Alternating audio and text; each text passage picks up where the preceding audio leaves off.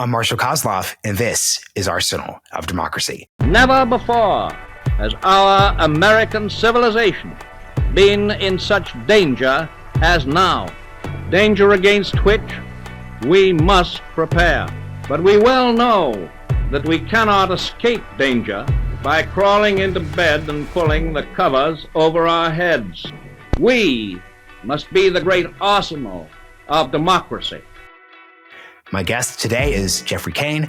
Geoffrey is the policy director for the Tech Integrity Project. Previously, he was a reporter and journalist and has written multiple books on everything from China's police state internally to the actual rise of Samsung, what that has to say about U.S. industrial policy efforts in the 21st century. Our conversation, though, today focuses on taking a step back from the TikTok policy debate on the Hill and instead covers the broader principles that should determine how the United States takes care of its digital sovereignty in the 21st century. Questions of what differentiates a social media app from a radio or newspaper, from what actually we should do when it comes to adversaries, and finally comes to trying to buy aspects of our critical infrastructure. The reality is that TikTok is the number one news platform now. It's the number one news source for pretty much all of Gen Z. There are numerous studies, numerous surveys out there that show that our youth and Gen Z in particular are using this as their only source of news, and it's only growing. And that is dangerous because that means that TikTok is essentially taking the equivalent role of CNN or Fox or MSNBC. Could you imagine Xi Jinping having an ownership stake over CNN? Nobody in their right mind would say that that is acceptable. That this. And it's illegal. To be very clear, it's totally not just illegal. philosophical. This isn't just it's just not legal in the first place too. Hope you all enjoy the conversation. Geoffrey Cain, welcome to Arsenal of Democracy. Thanks for having me, Marshall. I'm really excited to chat with you. Obviously, this conversation is occurring in the wake of the House and now Senate debate over the TikTok bill. Obviously, this isn't a news show, so I'm not expecting any hot takes about the prospects for the Senate passing some version of the bill. But I've just noticed, as someone who covers this space, that we've had a kind of frustrating situation emerge from a consumption of events and interpreting the news perspective. We've had a bunch of technology journalists, writers, etc., be very concentrated by their background in the tech side of things. So when they're articulating TikTok, they're talking about, Facebook does this, WhatsApp does that, Snapchat does this, and they speak about these issues purely in the context of technology. And then on the national security foreign policy side, you have a bunch of folks who could talk very seriously about the U.S.-China relationship and the role that tech plays in it, but they're still kind of weak on the actual tech aspect of this. So you're the perfect guest because you, in terms of your focus, are deeply intertwined in the workings of tech companies in Silicon Valley, but you also understand the broader national security stakes. So I'd love to merge these two perspectives to offer folks a real way and offer a framework for thinking through this challenge. So given that opening, what would you say is your critique of the way the journalistic/technology industry covers this topic, and then the way that the foreign policy national security topic category covers this topic? Sure. So there are a lot of problems with the media coverage right now over the TikTok bill. One of the big problems that I think a lot of journalists have is that since they're focused on tech in Silicon Valley, they look at all these companies, they look at Facebook, they look at Snapchat and so forth, and they say, well, what is the difference between what TikTok is doing and what everybody else is doing? Isn't the core problem here data privacy or data sovereignty, that we should have control over our data? And then therefore, isn't the real solution that we have a national privacy standard, which is a good idea. That's not something to throw out, of course. But the problem with that view is that it misses the bigger point here, which is that this is not just about TikTok. It just so happens that TikTok is the largest growing social media and video platform in the world. It has more than 1 billion users worldwide. It's the most popular social media app for Gen Z in particular, a major source of news. So of course it's going to be that, TikTok is the one that's in the news and sort of the named target of this bill, because the bill literally has TikTok named throughout it. But when you look at the big picture here, this is not just about banning TikTok. This is attempting to address the long-standing and much overdue problem of ownership by foreign adversaries, controlled by foreign adversaries over major American media platforms. This is something that America has always regulated throughout our history. This is not something that is new. The idea of banning or severely restricting an adversary, either an adversary, a citizen of a foreign country that's an adversary, or somebody connected to that government. There have always been limitations on this. So going back, so Rupert Murdoch had to get U.S. citizenship before he could buy American media. That was in the 1980s. Many of these rules and quick note, Rupert Murdoch, obviously coming from Australia, was not coming from an adversary country. So this hasn't even been about who's a friend, who's a foe. Just at a basic principled level, our long-standing tradition has been there is something unique about communications devices and infrastructure that means citizenship is key. This goes back to the founding fathers. It was Alexander Hamilton and James Madison who famously debated that the American democratic system was uniquely prone to meddling by foreign adversaries. Because America was the first ever modern republic, this experiment that we had not seen before, it was not a closed nation. If you went to Europe at that time, these were essentially autarkies. I mean, England was industrializing. They wouldn't allow, French corn to be, imported into England and so forth. These were very protectionist governments, and it was America that was really pushing the way and creating an open democratic system. So Alexander Hamilton argued that we need limits on what foreign adversaries and foreign citizens can do in America. One of the more famous things that he argued is that constitutional rights and liberties do not apply to everybody if they are not somehow naturalized or citizens of the country. So, obviously he was living before the time of the Chinese Communist Party and the Putin's invasion of Ukraine and so forth. But what this means is that, Vladimir Putin does not have First Amendment free speech rights in America.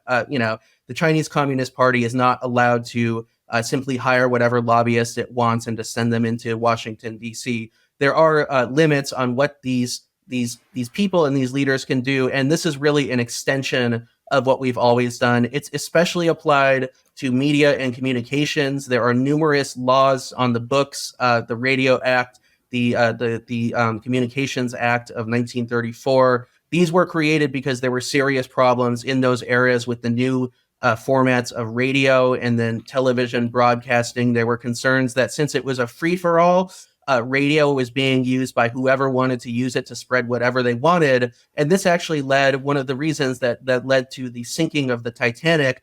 The Titanic back in 1912 was sending out distress signals on the radio. And because so many people had swarmed this new medium of radio, the distress signals couldn't get through on the emergency broadcast. It was covered up. And that's one of the reasons why that disaster happened. So the lesson is that we need to regulate media communications. We need to ensure that there are certain bands of spectrum that are put aside for certain purposes. Many of these same principles should apply to social media today. It's just that we've gone on this unregulated free-for-all, and now it's, anybody can show up in America and open a big platform and do whatever they want with it, including try to influence our country. And we need to place limitations on that. That's what this bill is about. And at a broader level, too, your use of the phrase big platform is key here, because critics of the TikTok bill and this broad idea of taking social media or just iPhone, Google apps and putting them into the context of this American political tradition when it's come to the regulation of telecommunications, they would say, well, the government had a compelling interest in regulating that Titanic example or the ownership of a cable channel or a cable station because of the fact that bandwidth was limited. There were only so many cable channels. There were only so much literal radio bandwidth, therefore the internet. And then we'll get into the philosophy here. Because the internet is dealing with zeros and ones and there really isn't inherently a limit, the government doesn't have the same compelling interest. But to your answer, you pointed out big platforms. What's interesting when it actually comes to the internet is, yes, it's technically feasible for there to be 10,000 different social media apps where everyone's sharing and interacting and engaging with an algorithm. But for a variety of reasons, both fair and unfair, we just have a, not monopoly, but there's only 4 or 5 platforms. There's a limit. There are network effects. So talk about kind of how this idea of quasi-monopolistic platforms intersects with this idea that, technically speaking, the internet is a little different than radio, which is why we kind of regulated it differently up until now. Yeah, well, the internet, it is a little bit different because, as you say, it doesn't have the problem of spectrum. There's limited spectrum, and we need to regulate how that limited spectrum is used. The internet, on the other hand, is supposed to be an open network. At least that's how it was originally envisioned. This goes back to the writings of Neuromancer, so William Gibson, the famous sci-fi writer. He's the guy who invented the term cyberspace.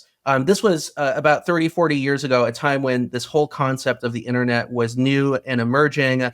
Nobody knew what it really meant. And so many people took the side that naturally it should be open and free and private. It should be protected from the prying eyes of the government in particular. William Gibson said, there is no reason to believe that the internet will be free of the power structures that exist in the physical world. Cyberspace is not some domain that simply exists out there and it's like you log on and suddenly you're in this new world.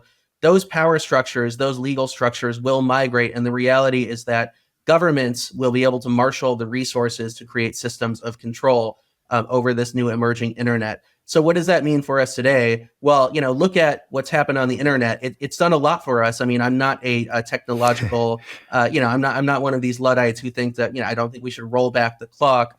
But, there have been a lot of adverse effects that have happened. One of the major, I think, downsides of this is that we have failed to regulate or to even look into the problem of foreign police states, of authoritarian and totalitarian dictators around the world who see this as a tool that they want to use to undermine democracy. Now, I'm not really talking about the whole thing with Russian bots on Twitter, happened supposedly in the 2016 election. That is, I do think that was overblown. But now we're talking about something that's entirely on a new level. And we are now talking about the actual control and ownership by a foreign adversary on a major platform. So people, the critics of the bill will point to Section 230 and they'll say, technically, these are platforms. TikTok is a platform. It's not a publisher. It's not a broadcaster. So that puts it in a separate category. And therefore, TikTok should be free to do as it pleases in America. It's not doing anything different from Facebook or Snapchat or X. I think that's a logical leap. I think that they're playing around with a bill that was not intended to be used that way originally. And I think they're playing around with the logic to kind of it's a reverse logic that brings you back to the starting point, and then you can easily argue something in your favor. The reality is that TikTok is the number one news platform now. It's the number one news source for pretty much all of Gen Z. There are numerous studies, numerous surveys out there that show that our youth and Gen Z in particular are using this as their only source of news, and it's only growing. And that is dangerous because that means that TikTok is essentially taking the equivalent role of CNN or Fox or MSNBC. Could you imagine Xi Jinping having an ownership stake over CNN? Would Putin be okay having an ownership stake over CNN? And, I don't mean it doesn't have to be Putin himself or Xi Jinping themselves, but through a proxy, through a shell company, through a company that they can control through the laws of their country. Nobody in their right mind would say that is acceptable. That it's illegal. To be very clear, it's totally not just illegal. philosophical. This isn't just it's just not legal in the first place too. It's absolutely illegal, and that's the problem with these arguments. I think that the critics are being facetious and not totally honest about what they're dealing with here. You can't simply Section 230 this one away. There's no actual lawyer in their right mind who thinks that Section 230 applies to this. Ultimately, it's about, we don't want CNN being owned by a foreign dictator who wants to undermine American democracy. So why would we allow, these same people to control TikTok, the biggest news source of Gen Z? And the reason why this matters so much is that the more you engage with this issue, the more you come to realize there's actually some, and this is why this conversation isn't just really about TikTok. It's actually about the nature of the internet itself. When you realize, well, we have this political economy tradition, once again, critical infrastructure is not something we're comfortable with foreign countries, not just adversaries, but foreign countries owning.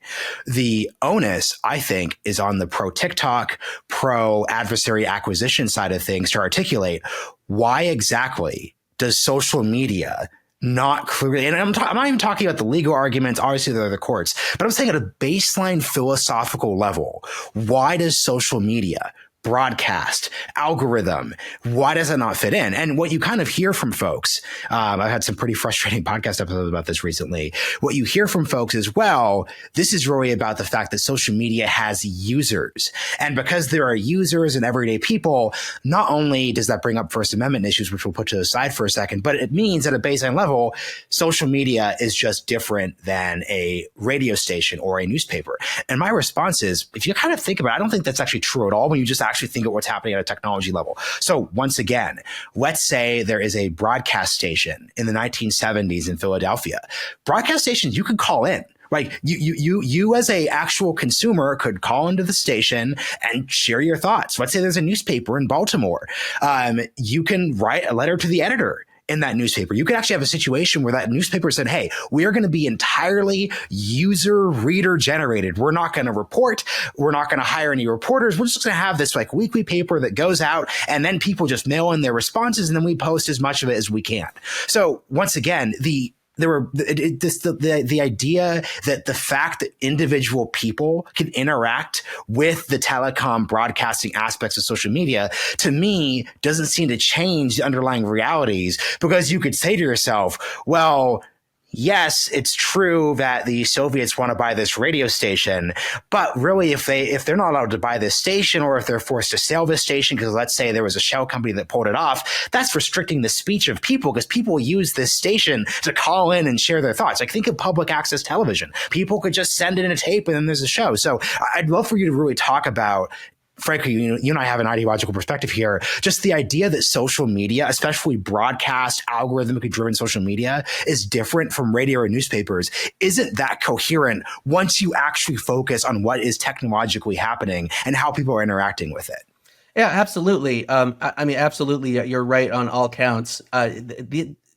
These platforms that use algorithms, there's this very strange, rhetorically incoherent argument that's gone around in recent years. This argument is that once you insert an algorithm into a piece of software, suddenly the old rules don't apply. Suddenly it's not a broadcaster. Suddenly it's not like a radio station. It still fulfills the same role in our society. There is nothing different about the role that it plays. Simply handing over control to a piece of software doesn't change the reality, that there are people, that there are companies that are in control of these algorithms, that are in control of the software. And whether those people are sitting in New York City or Silicon Valley, or whether they're in Beijing, China, they can control it. People in Beijing are subject to Chinese laws. We know from the TikTok case specifically that TikTok has deceived Congress in the past. They have deceived Congress on numerous counts, which is very worrisome. There are employees of TikTok who are in China who do have access to Americans' data. And ultimately, American laws are not going to matter to them. It's not like Xi Jinping is, calling up his American lawyers and asking, what is acceptable in American courts. Chinese law is totalitarian. It says that anybody has to partake in an intelligence operation if they're requested to do so. If those TikTok employees in China say no to an intel operation, they're going to go to prison. I mean, there's no question about it. They might even disappear. The Chinese government has disappeared tech executives before. They're not afraid to do it again. And yeah, TikTok, right target. So I just think it's extremely naive when people say, oh, come on, TikTok is nothing else. There's nothing different here. So that's the worry with these arguments. We need to start seeing this for what it is. And the fact of the matter is that this is a major broadcaster in America that is effectively controlled by a foreign totalitarian state.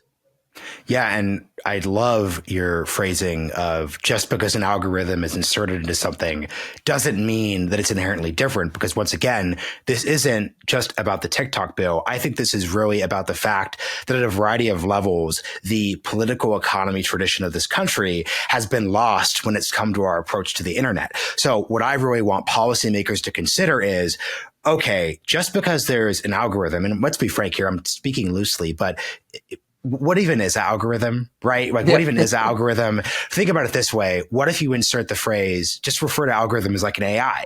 Would you, as a policymaker, be confident with a CCP aligned AI deciding what goes in front of people's screens?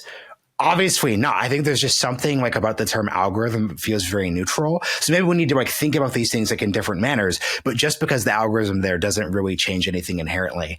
On a broader level, something I'd love to talk to you about, because once again, we're trying to deal with first principles here, is it's now very basic conventional wisdom across the beltway, across the aisle, that clearly US 2000s plus WTO trade policy towards China was ineffective.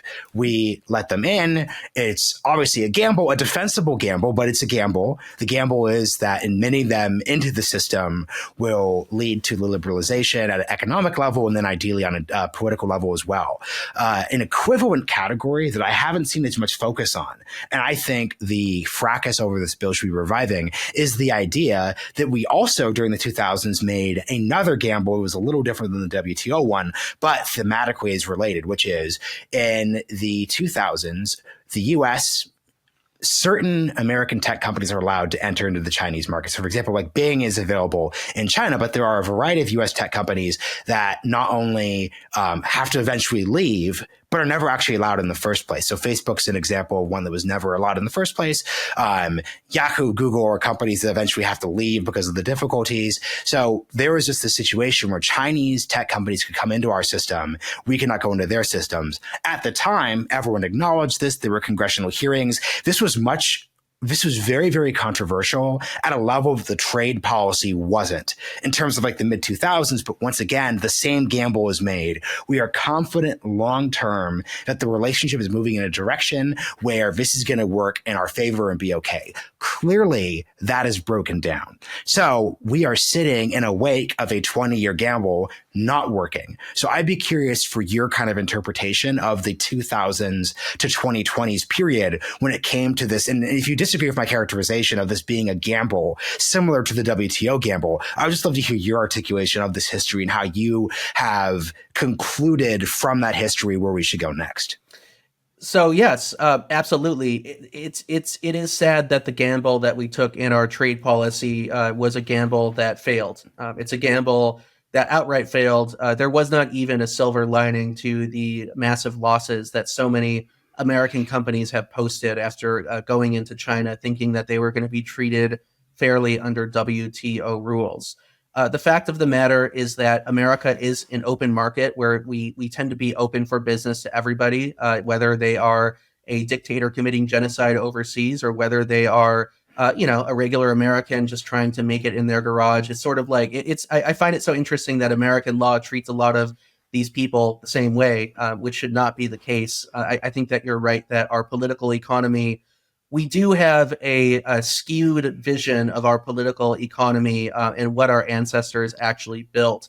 They did not intend to build a free-for-all market in which anybody can open shop here and, essentially walk around unfettered in America. They actually built a very structured industrial economy that did resemble the vision of Alexander Hamilton, who himself was not a huge fan of the unfettered free market. He was very much an industrial strategist. And we need to get back to those roots and think about the role of these laws. So what's happened, the era of the 1990s, the 2000s, we thought that China was going to open its doors, that if we work with China and allow these Chinese Communist Party leaders to join the WTO, if they get more McDonald's, more Pizza Huts, they will realize the great values of liberal society and they will become more liberal like us, and the world would become more peaceful. This would be the end of history, the triumph of liberal democracy, and all would be good in the end. It was a strong case for optimism. The exact opposite has happened. We now live in a world that's more dangerous, that's more isolationist. We have a world now in which past empires are being rehabilitated, borders are breaking down, invasions are happening more, just flat out invasions of sovereign countries by dictators, threats of invasions in the case of China and Taiwan. We now live in a world in which the old order is quickly breaking down, which is extremely dangerous because what that means is that there are no more rules of engagement. It's simply survival of the fittest. How do we get here? It is a direct result of our misguided policy on globalization. The globalization project has failed. It did have its benefits, many years ago when the economy was growing, but this kind of growth was not sustainable. We needed to treat dictators and authoritarian governments and genocidal maniacs exactly how they treated us. And the way that they treated us is that they closed their markets to our businesses, but then meanwhile, we were open to theirs. I think that reciprocity is it's one of the foundational diplomatic concepts. And the fact of the matter should be that, if China is blocking Google and Bing and LinkedIn and numerous other platforms, then Chinese platforms should be duly blocked in America. And there's nothing unusual about that. I mean, that's something that countries have done going back ages. They have done reciprocity in their trade relations, in their diplomacy. And that's the way to handle this, because once China, sees that its policies are, really upsetting people around the world. I mean, the Chinese Communist Party has done all kinds of things that would be considered psychopathic by any human standard. We shouldn't be doing business with somebody like that. And, they need to realize that, there are actual consequences to these kinds of decisions. Yeah, and I'd like your invocation of trade reciprocity, because one of the most frustrating notes I've picked up in the TikTok debate that's clearly going to apply to a variety of other Chinese companies that attain real strong market positions in the United States has been this kind of weaponization of American exceptionalism by the pro-TikTok side. And what they'll say is, well, guys, if China bans our companies, if we ban their companies, we're being just like China. And I thought we were America. I thought we were the shining city on the hill who would, behave in a liberal direction in our governments and our free markets. And my frustration with that weaponization is we don't apply that logic to anything else. So no one says, okay, let's say Mexico or Germany, not just China, but basically any country. If any country puts a tariff on an American product, we obviously also put a tariff on their product. That isn't a statement about like who we are as a country or American exceptionalism. That is just basic practice of statecraft. And I think there's this broader concern I have with this idea that we're basically telling policymakers that their use of practical tools, of practical traditions, of once again political economy to the start of this episode is an example of us not being who we are.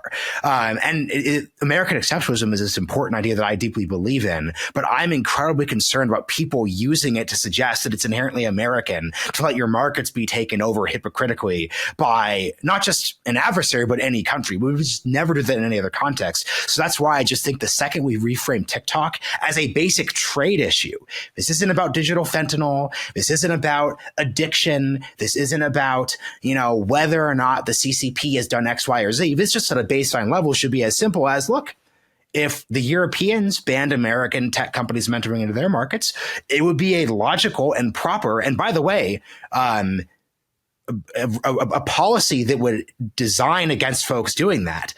It would be a deterrence act. That's why you raise tariffs. Like most of us want to live in a world where everyone can specialize. We're not doing these little trade wars, but we do these things to actually influence behavior at a political economy level. So I just think it's very key that we not allow American values to be weaponized to suggest that it's American inherently to not take action on a baseline level of trade reciprocity. So the people who say this are people who don't actually read political economy and read political philosophy. And I've heard this over and over on the Hill and throughout Washington, D.C. People often say these things like, well, we're the country of Adam Smith, and Adam Smith believed in the libertarian free market. That is what America really is. Well, it's like, man, if you actually go back and read Adam Smith, he did not argue for an unfettered free market as being the height of some kind of democratic project. He was very worried about the corruption of the free market. He was worried that the invisible hand, as they call it, would dehumanize people, that it would lead to the situation of sweatshops, like companies trying to outsource their labor and creating sweatshops. He worried that this idea of the unfettered free market and open trade relations would eventually lead to the dehumanization of so many people. So he was by no means some kind of libertarian, classical thinker like we like to think about him.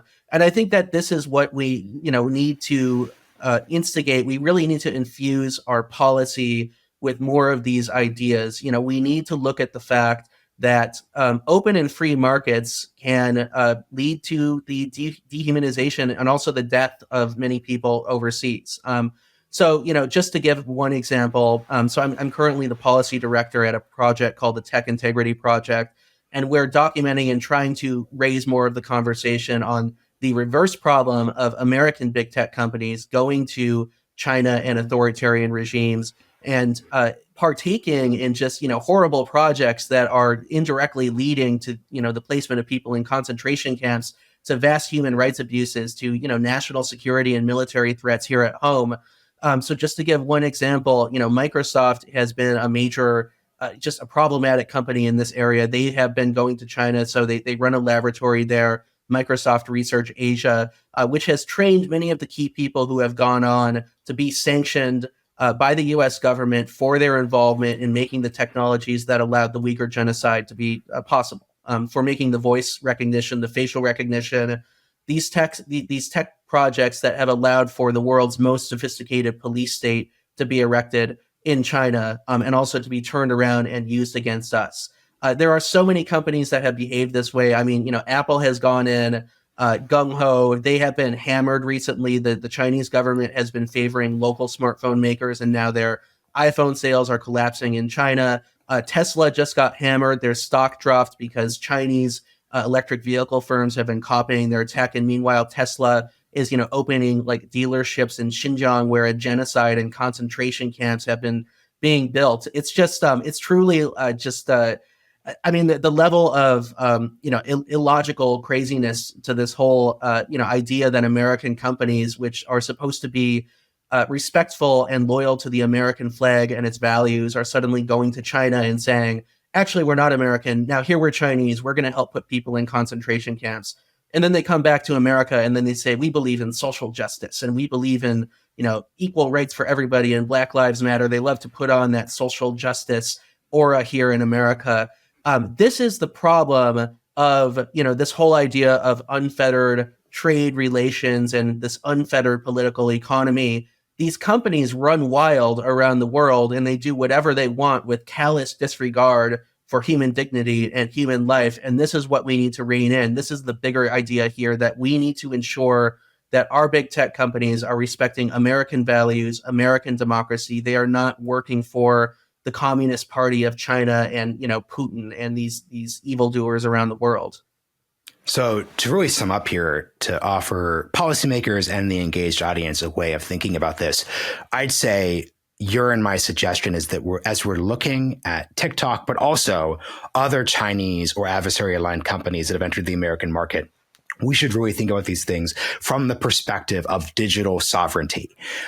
We already have a tradition of thinking about borders and sovereignty and actual non-foreign control when it comes to existing analog telecommunications, services, devices, et cetera. What we're trying to focus on is we should take that same approach and apply that to the tech industry, even if you've inserted a algorithm to your point. So two big things I want to sum up this conversation with, because as you said, you're the policy director of the Tech Integrity Project, but you wear a lot of different hats. You've had a really impressive career there.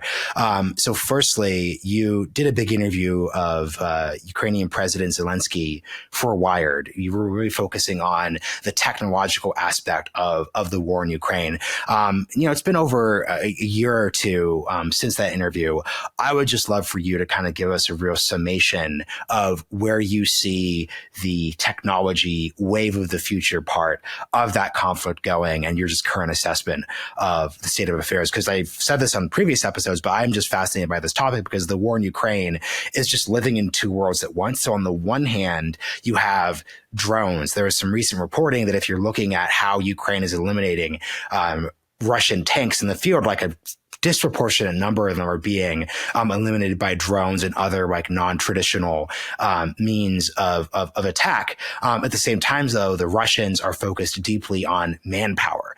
There's a deep focus on fortification. So in some ways, we're living in the 20th century. In other ways, we're living in the 21st century. And it's so difficult to kind of have a framework that unifies those two challenges together. So I'd love to hear just what you think about that dynamic, given how deeply engaged you've been on the ground. That is such a great question, and I say that because the war in Ukraine it's the disruption of warfare. What's happening in Ukraine is going to be what defines the conflicts of the 21st century. We're seeing it in Ukraine. We're starting to see it in other parts of the world. There are two big forces happening. The first is the democratization of warfare through technology. In Ukraine, any person can get their hands on a drone, strap a grenade on it or two, fly it over, a Russian tank column, drop those things in, and suddenly, you have Russian tanks getting lit up. And these are, big tanks that cost millions of dollars. The Russian government is not exactly, wealthy after all these sanctions have been put on it. And meanwhile, they're sending in everything they have, and they're just getting blown up by, scrappy Ukrainian soldiers and even people sitting in their homes who just happen to have a couple grenades from the war, and they just want to wage war in this way. So this is a new level of guerrilla warfare. Guerrilla warfare used to be much more risky and dangerous for people because it meant you had to go run around a jungle somewhere and open fire on soldiers and hope that you could hide behind your tree or in your trench, and they're not going to they're not going to find you and exterminate you, because that's what Vietnam was. That's what many other wars were in the 20th century. The other major force that is now emerging is the 20th century aspect of we need to reindustrialize. Nations in general, especially Western nations, have realized that Russia simply one day woke up. Putin literally just decided to invade a sovereign country. No justification needed. Simply, he's going to invade Ukraine because he wants Ukraine. It's a war of conquest, and it's the kind of colonial war that you would have expected to see in the year 1880. But Putin just thinks, I'm powerful. I want to build an empire. I'm going to invade Ukraine and reunite it with the Russian homeland.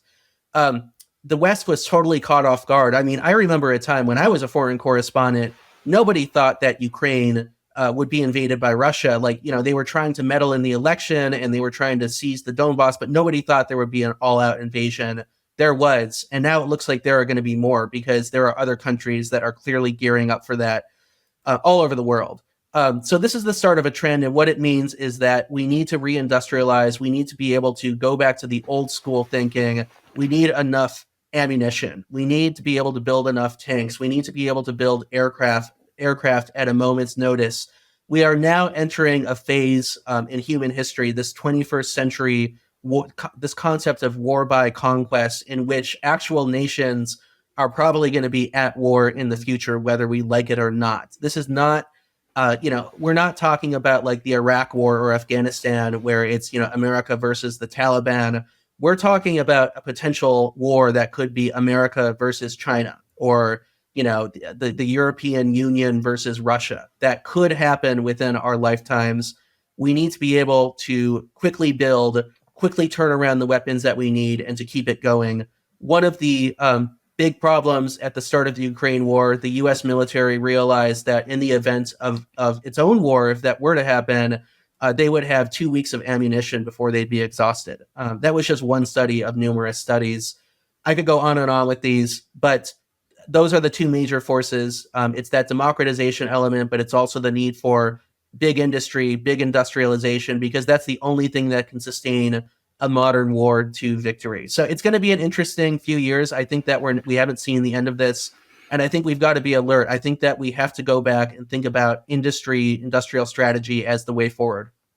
Yeah, and I love that answer because in one, democratization, you're able to speak to the technological dynamic, but in two, you're just pointing out there really is this 20th century vision of what, once again, from a political economy perspective, a state needs to do that is easy to jettison if we overfocus on software and tech and scale in those questions. So final question, speaking of industry, your first book was actually about Samsung and the rise of Samsung within South Korea. And what's particularly relevant about that, I'm recording this episode in Austin, Texas. So just up the road, Samsung, building chip fabs. I'd love for you to kind of talk about and just to offer listeners a good lens into like finding more of your work. What does the story of Samsung and the rise of the tech industry in the second half of the 20th century in East Asia have to offer America as we face our own tech, chips, reindustrialization challenges this decade? So this is exactly why I wrote the book. People often ask me, like, why did you choose to write a book about the company Samsung? It's not exactly Apple. It's not exactly Facebook. It doesn't quite have the big brand name that you'd think of in America. The reason I wrote it is because I wanted to tell a story about how to build a nation through technology. In America, we tend to think of tech as something that is merely a private profit-making enterprise. The nation of South Korea is one of the most successful examples of technological nation building. So about 50 years ago, it was one of the poorest countries in the world. It was agrarian, struggling. It had a per capita GDP that was about on par with Sudan. So this was not a place that had many prospects. Today, it's one of the world's wealthiest countries. It's top 10 in the world in terms of per capita GDP. It has some of the highest education levels in the world. And it also produces pretty much all of the world's chips and semiconductors and also smartphones and displays. So we're talking a major technological powerhouse that flies under the radar. How did South Korea accomplish this? It was because they treated technological building as a national project. The company of Samsung and also the related companies Hyundai, LG, SK, these are all major players today. They were able to achieve their vision because they had, one, government backing, and two, they had an enormous vision to change the world, to literally, change the country, change the world. They did not just simply want to be a company that was producing, chips here and there for everybody who wanted them. They wanted to become the number one maker of chips, and they realized that they had to do that if they wanted to survive, because that's the only way that South Korea as a nation would survive. South Korea would become indispensable, this little country that has few resources.